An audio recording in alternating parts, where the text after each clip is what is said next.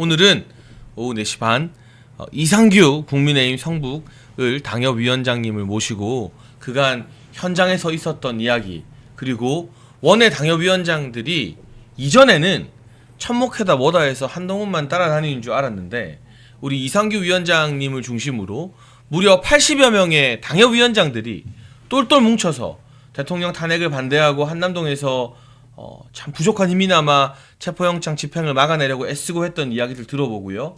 오늘 있었던 윤석열 대통령님의 헌법재판소 출석과 관련된 이야기도 한번 나눠보도록 하겠습니다. 위원장님 안녕하세요. 네, 안녕하세요. 먼저 우리 멸콩TV 시청자분들께 간단한 소개와 인사 한번 부탁드립니다. 네, 성북구 국민의힘 당협위원장 이상규입니다.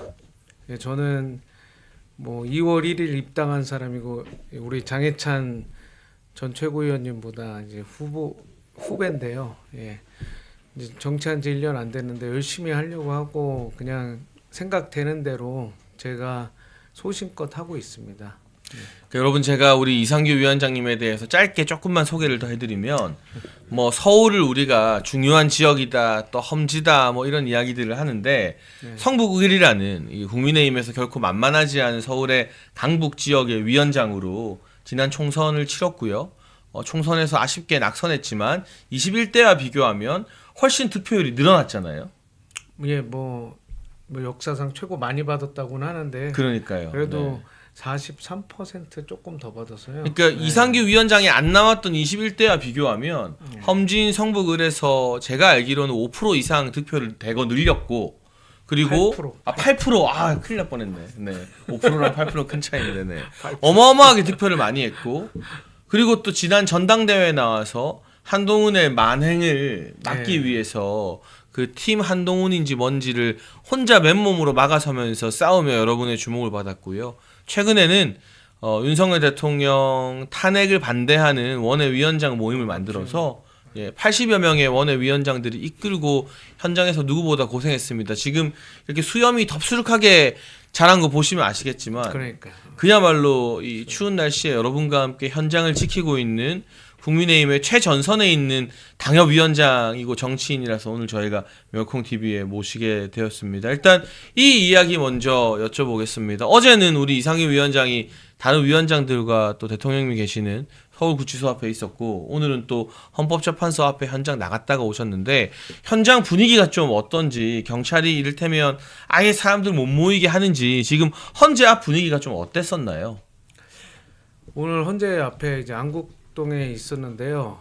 오늘 완전히 그 산성을 쌓아가지고 경찰이 아예 그 낙원상가 쪽, 그 안국역 사거리에서 낙원상가 쪽으로밖에 사람이 있을 수 없게 됐어요.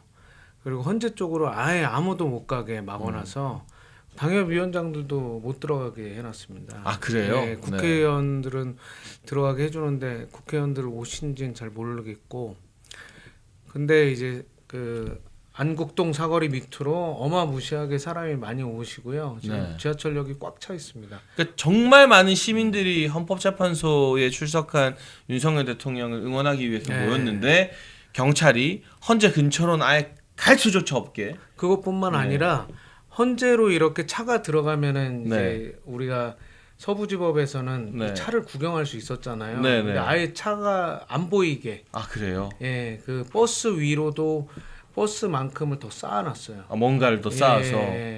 그러면 대통령님을 응원하려고 나간 분들이 대통령님 차가 헌법재판소로 들어가는 것 자체를 못 보게 완전히 시야까지 차단을 했다는 거예요. 시야 차단하고 그 위에 이제 그 우리가 방음벽 있죠. 방음벽까지 해놔가지고 아예 그 대통령 우리 존재를 잘 모르게 만든 것 같아요. 그럼 대통령님도 이 차를 타고 헌재로 들어가면서 국민들이 모여 있는 걸 볼 수가 없는 그런 완전히 그렇게 만들어놨죠. 환경이었네요. 심리전을 하는 듯해요 지금. 야, 이거 저는 그렇게까지 하는 게 이해가 안 되네요. 지금 현장에 있다가 온 우리 이상규 위원장님 이야기를 들으니까 좀 충격적인 게, 단순히 안전을 유지하고 질서를 유지하는 차원이 아니라 아예 이 대통령님을 지지하러 거기에 모인 국민들이 대통령님 차를 못 보게 하고, 대통령님도 차 안에서 자기를 응원하러 온, 자신을 지지하는 이 국민들을 못 보게 시야까지 산성을 쌓아서 차단했다는 거.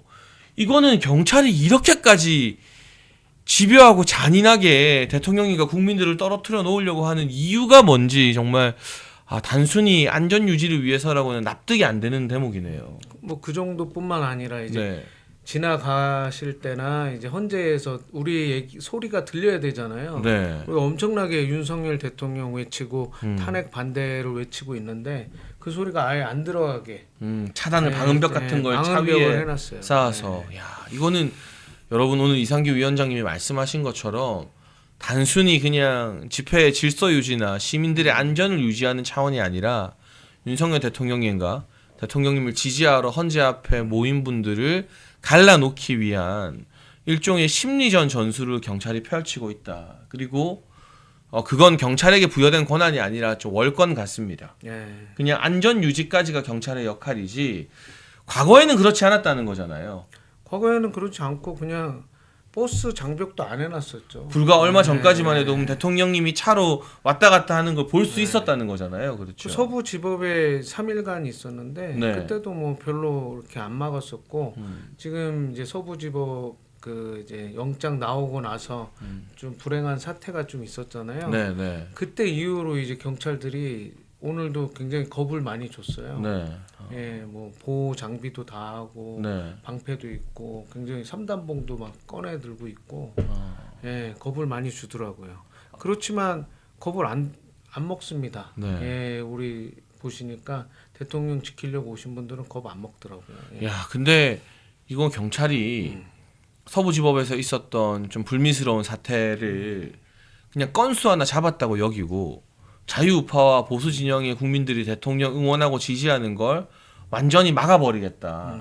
차단하겠다. 으름장을 놓고 뭐 그런 식으로 겁을 준다는 거잖아요. 자기들 말 안 들으면 다 잡아간다. 맞아요. 체포해서 구속하겠다.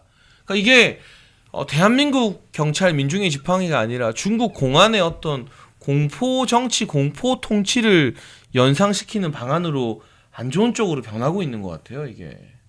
그래서 어쨌든 빌미를 앞으로는 주면 안 될 것 같고, 예, 이제 그래도 아무도 겁을 안 드시고 계시니까요. 걱정하시지 말고 현장은 되게 안전합니다. 예, 제가 매일 가서 있으니까 오셔도 될 것 같습니다. 그런데 많이 분명한 오시면 건 좋을 것 같습니다. 네, 대통령님께서도 평화적인 방법으로 지지 의사를 밝혀달라고 하셨지만 그 대통령님을 지지하는 국민들이 많다는 게 현장에서 이 대통령께 전달이 되고 또 평화적으로 대통령님이 그 차량을 타고 이동하는 모습을 보면서 국민들이 지지하고 응원을 할 수 있는 걸 막으면 안 되는 건데 그럼 그것까지 차단하고 아예 소리도 못 들어가게 방음벽을 세워놨다.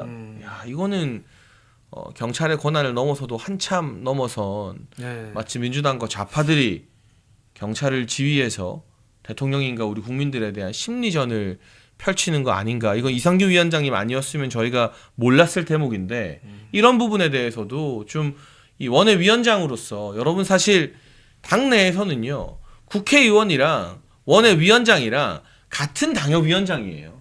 그렇잖아요. 같은 지위거든요. 국회의원도 그 지역구 국회의원은 당협위원장이고요.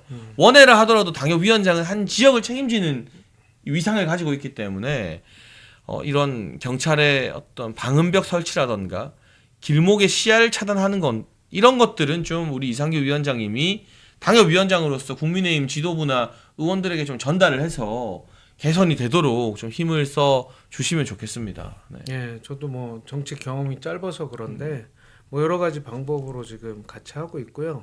오늘도 오전에 지금 오동훈 공수처장, 그리고 국가수사본부 우종수 우종수 본부장, 본부장까지 원외위원장들 72분이 오늘 고발을 했어요. 이야.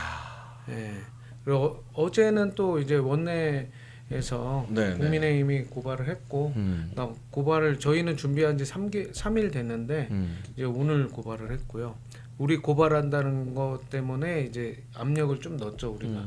그래서 원내뿐만 아니라 국민의힘 지도부가 같이 고발을 한 거죠. 근데 사실 지금 많은 시청자분들이나 우리 지지자분들께서 아니 원외위원장들은 이렇게 80명이 모여서 한남동에서 대통령 지키고 뭐 공수처장도 고발하고 이렇게 열심히 뛰는데 정작 국회의원 당선돼서 배지가 돼서 원내가 된 사람들은 왜 이렇게 소극적이냐.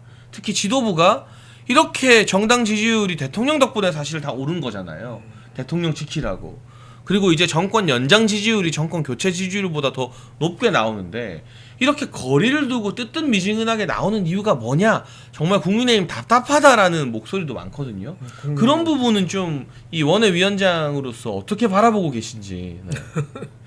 뭐 답답하죠. 답답하지만 뭐 저는 잘 모르겠지만 이게 되게 중요한 게 지금은 아무도 없어요. 사실은 국민하고 대통령밖에 없는 것 같아요. 네. 저도 사실 말만 당협위원장이지 네. 같이 함께하는 국민과 함께하는 국민의 한 사람이거든요. 네. 네. 그나마 이제 좀 당협위원장이기 때문에 거기에 시의원, 구의원도 있고 당원들도 있잖아요.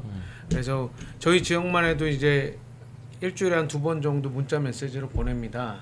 그래서 한 15,000명께 보내고 이제 현수막 붙이고 뭐 이런 활동을 하고 있는데. 근데 그것도 비용이 엄청 드는 일이죠. 그렇죠? 예, 네. 뭐 어쨌든 뭐 당원들이 같이 낸 돈과 저도 같이 낸 돈으로 하는 거라 열심히 하는 거고 지금 할 수 있는 일을 꼭 했으면 좋겠는데 좀 아쉬운 게 말씀하신 대로 국민의힘은 굉장히 많은 걸 가지고 있잖아요. 자원도 그럼요. 많고. 네.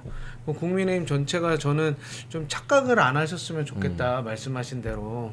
국민의힘이 잘해서 지금 지지율이 올라가는 것도 아니고 지금 국민의힘은 다른 계산을 하고 계신 것 같은데 저는 지금 현재 계속 얘기하지만 대통령과 국민 말고는 아무도 없습니다.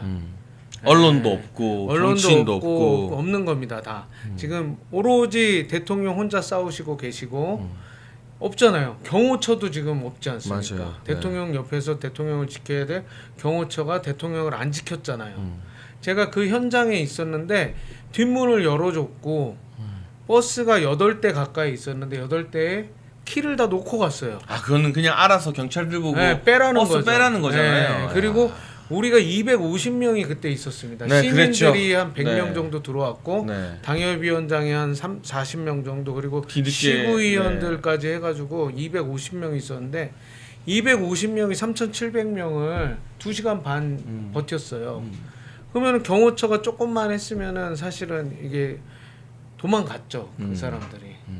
근데 이게 아니라 어떻게 이상하게 대통령이 그냥 사람 다칠까봐 그냥 내가 나갈게.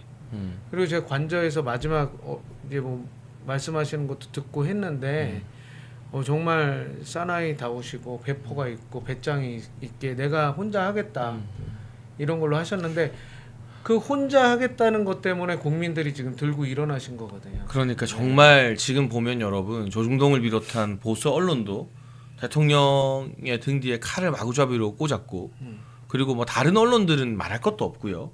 정치인들도 지금 원외 국회의원 떨어진 당협위원장들이 이렇게 나서는 거지 원내 국회의원도 물론 일부는 나서고 있습니다만 자기 국회의원 배치에 해가 될까 눈치만 보고 계산기 두드리는 사람들이 훨씬 많습니다. 그런데 그럼에도 불구하고 대통령 지지율이 아시아투데이 조사에서 50%가 나왔다는 거 그리고 뭐 리얼미터나 갤럽 MBS에서도 거기에 힘입어 정당 지지율들 다 40%대로 치솟고 한다는 거 이거는 결국 이제 우리 국민들이 언론이 기사 써주는 대로 받아먹는 게 아니라 직접 보고 느끼고 판단해서 대통령을 지키기로 결심했다는 새로운 정치 혁명의 단계로 나아가고 있는 거 아닌가 싶어요. 이게 너무 멋있게 얘기하는데 그러니까 지금 좀 착각하는 게 여의도에 계신 분들 기자도 여의도에 정치부 기자가 있는데 그렇죠. 네. 여의도에 계신 분들이 현장을 못 보셔서 그래요. 현장에 오신 분들은 누가 불러서 온 사람이 하나도 없어요. 동원된 조직이 아니라는 거죠. 네. 특히 한남동에 왔던 2030 세대들은 그 사람들은 어떻게 왔냐? 내가 물어보거든요. 제가 만나면은 도대체 어떻게 된 거냐? 그러면 자기들 스스로 깨닫고 왔다 그러고요. 서부지법 3일 전에 처음 모였을 때 너무 이상했어요. 그리고 9시 반쯤 되니까 저보고 좀 와달라고 하더라고요. 네. 그래서 갔는데 10시쯤 도착했어요. 갔는데 너무 많은 청년들이 있는 거예요. 한 500~600명이 되는. 네. 그리고 문을 막고 있는 거야. 네. 근데 문을 막으면 이게 큰일 날 것 같은데 막 약간 부딪히지 않을까 했는데 그 청년들이 스크럼을 짜고 있더라고요. 문 앞에서. 네. 근데 갑자기 이제 버스가 밀고 들어온 거예요. 네. 그래서 야 큰일 나겠다 해서 촬영도 하고 막 그래서 영상 제공도 언론에 했는데 네. 그게 이제 파급 효과가 커졌죠. 근데 그때 서부지법에 모였던 청년들한테 제가 물어봤어요. 어떻게 여기에 왔냐 하나하나 다 물어봤는데 SNS 보고 갔대요. 뭐 트위터하고 인스타그램 그 메시지로 해가지고 도대체 이게 뭐냐 했더니 이게 다 스스로 모인 거예요. 다 스스로.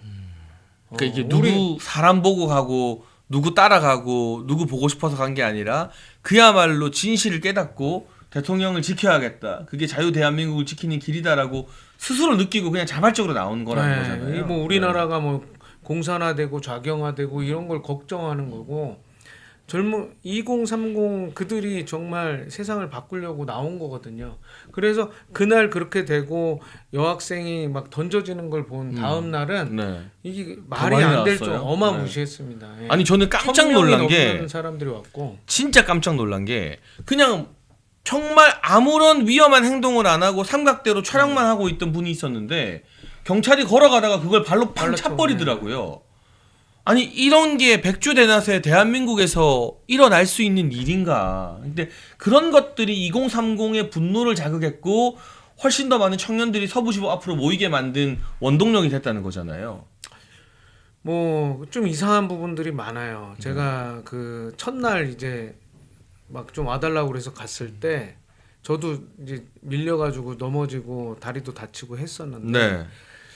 그 경찰들이 욕을 하더라고요. 네. 쌍욕을 막 하면서 CXX 뭐 하면서 욕을 하는 게 좀 이상했고 그 다음 날에는 좀 너무 싸납더라고요. 아니 싸납고. 경찰들이 시위대도 아니죠. 그냥 평화롭게 집회하고 계시는 분들, 그냥 대통령 응원하러 나간 분들한테 욕을 한다고요? 그냥 욕을 해요. 그냥 중간중간에 욕을 네. 하면서 지나가면서 또 예, 서서 예, 그게 너무 이상하더라고요. 그게 이제 한남동 관저에서도 그렇게 싸납고 인정사정 보지 않을 때도 욕은 안 했었거든요. 네. 근데 서부지법에서는 이상하게 욕을 하고 자극을 하더라고요. 그게 이번에 뭐 언론에서 뭐 폭도다 뭐다 하는 그 소요 사태가 일어나기 전인 거죠. 그렇죠. 그 전에 막 전날 그 사람들 삼각대 발로 차고 여자 끌고 가고 여자 이제 네. 여학생을 더 집어 던진 게 네. 전전날이고 네. 그 다음 날이 삼각대를 발로 차고 날이고. 근데 욕을 하고 예, 했다는 예. 거죠. 와. 그러니까 좀 이상하더라고요. 네, 네. 그리고 그 이제 제가 그 이게 영장이 발부된 그날 얘기를 또 들었는데 제가 그때는 없었거든요, 새벽에.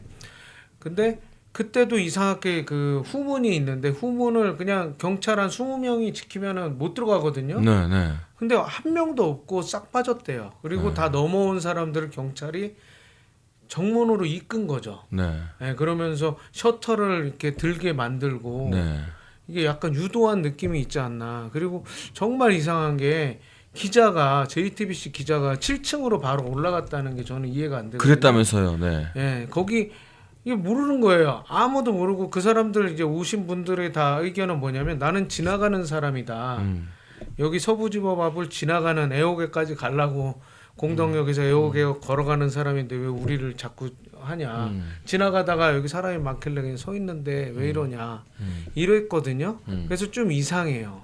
그러니까 좀 이렇게 이제라도 휩쓸리지 않았으면 좋겠고 이 폭력은 대통령을 위한 게 아니라는 거를 좀 항상 마음에 두셨으면 좋겠다. 그러니까 이제 이상규 위원장님의 오늘 멸콩 TV에서 해주신 현장의 생생한 목소리가 저는 우리가 쇼츠도 만들고 하겠지만 이 영상을 통해서 좀 많이 퍼져야 되는 게 경찰이 국민들에게 위해를 가하는 것 넘어서서 그냥 정말 순수하고 평화롭게 집회하고 있는 국민들에게 욕을 퍼부었다. 이런 경찰의 비정상적 행태부터도 우리가 하나하나 지적을 해야 되고 민노총에게 얼마나 경찰이 유약한 모습을 보였습니까? 오늘 조선일보 기사가 나왔던데요. 이 서부지법에서 부상당한 경찰 숫자가 50명이에요. 그런데 이 민노총의 그 탄핵 찬성 집회 한남동에서 있었던 그때 부상당한 경찰이 100명이 넘어요.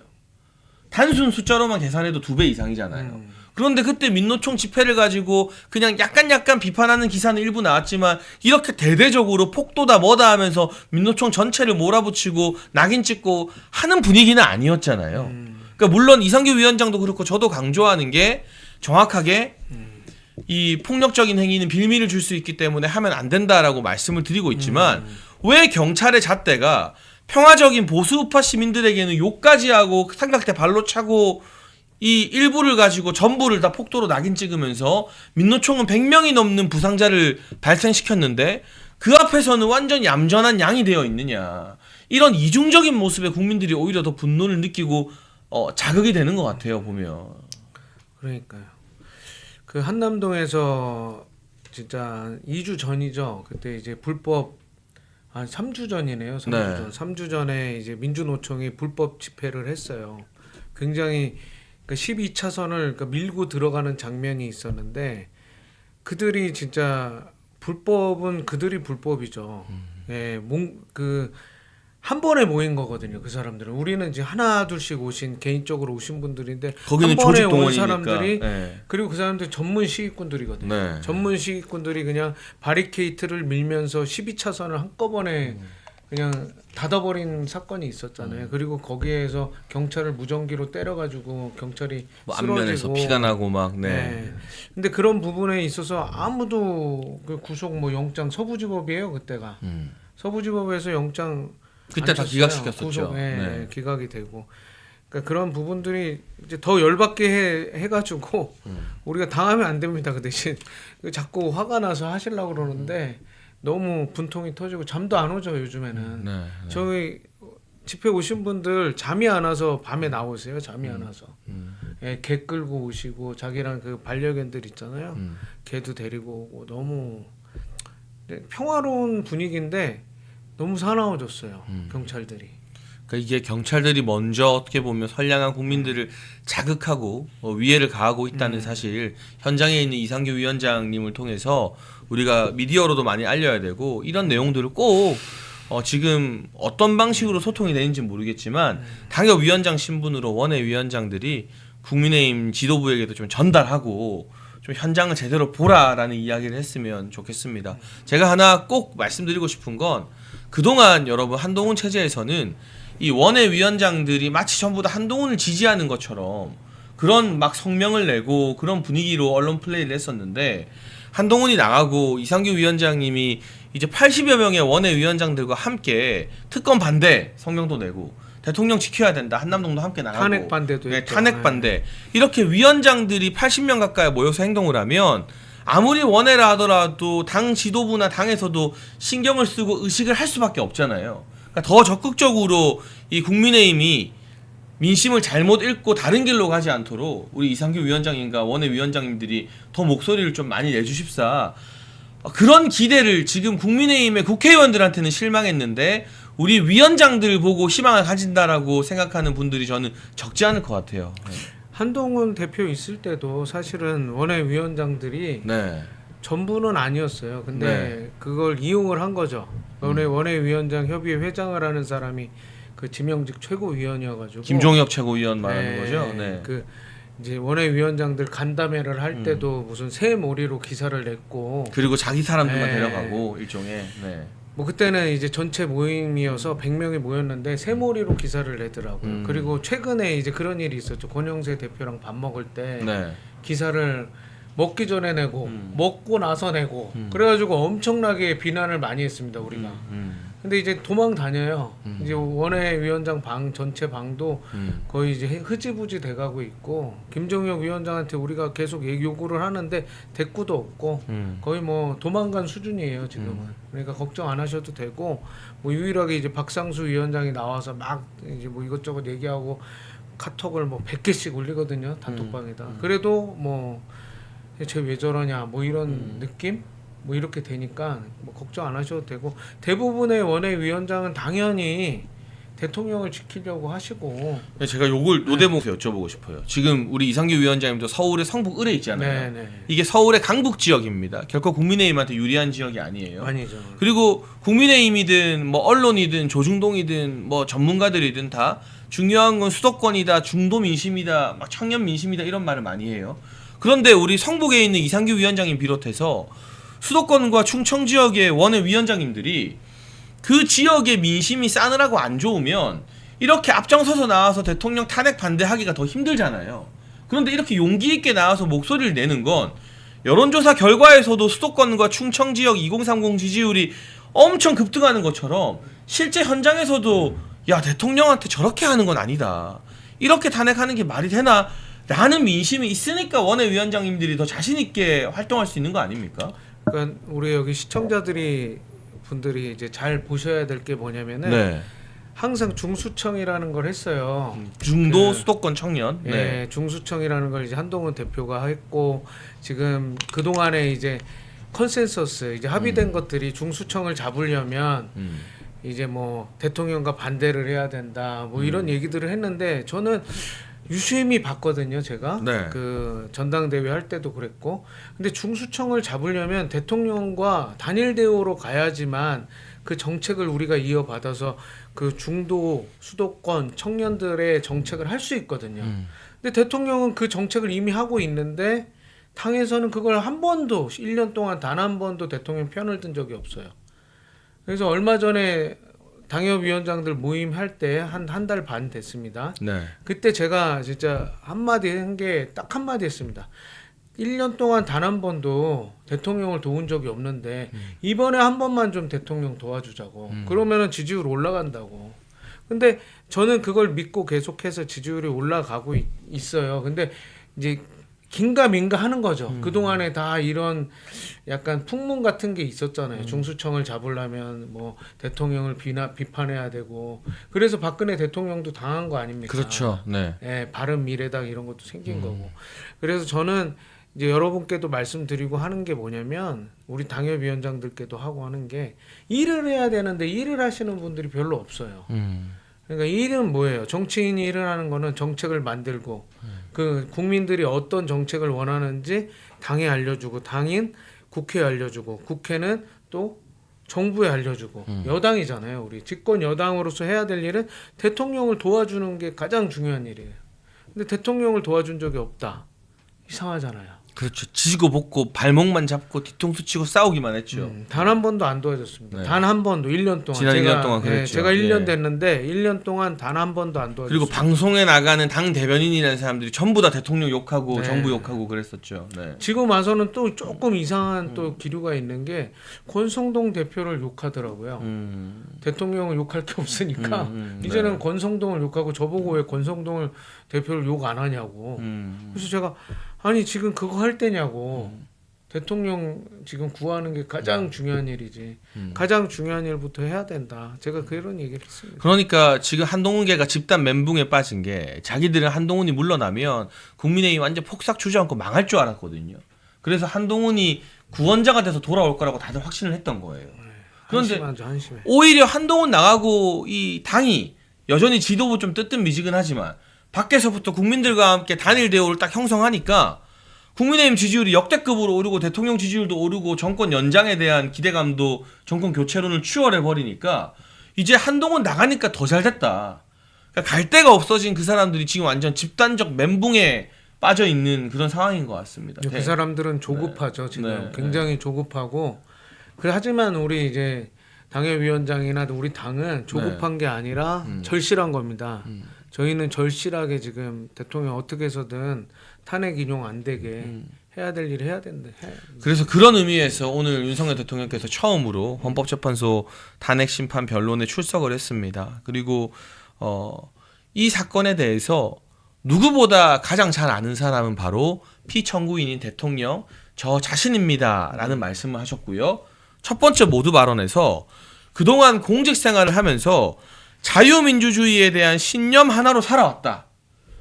헌법을 수호하는 헌법재판소도 잘 판단해 줄 것으로 믿는다. 결국 대통령이 비상계엄을 선포하고 그 이후에 국민들이 민주당과 좌파들의 실체를 목격하고 들고 일어난 이 일련의 과정에서 대통령은 자유민주주의의 원칙을 지키기 위해서 노력했다라는 말씀을 하신 거고 헌재에도 굉장히 무거운 당부를 한 거예요. 진짜 헌법 수호할 의지가 있는가? 그럼 제대로 판단해 달라. 요 대통령의 발언, 헌법재판소 출석, 지금 기사가 나오고 있고 오늘 저녁이나 내일에는 대통령님이 직접 변론하시는 영상이 이제 생중계는 아니지만 뒤늦게 공개가 될 거거든요. 이것들이 이제 어떤 영향을 미치게 될 거라고 보십니까, 위원장님? 대통령은 하는 말씀마다 옳은 얘기만 그냥 막 하시는 거잖아요, 지금. 나는 평생 자유민주주의를 위해 살아왔고 그게 자기 소신이고 그 소신 때문에 대통령이 도전을 하신 거고 대통령이라는 진짜 가장 중요한 직을 맡으신 거잖아요. 네. 근데 그 직을 하다가 보니까 2년 반이나 지났는데 이 나라를 도저히 어떻게 할 수가 없는 상황이 된 거 아니겠습니까?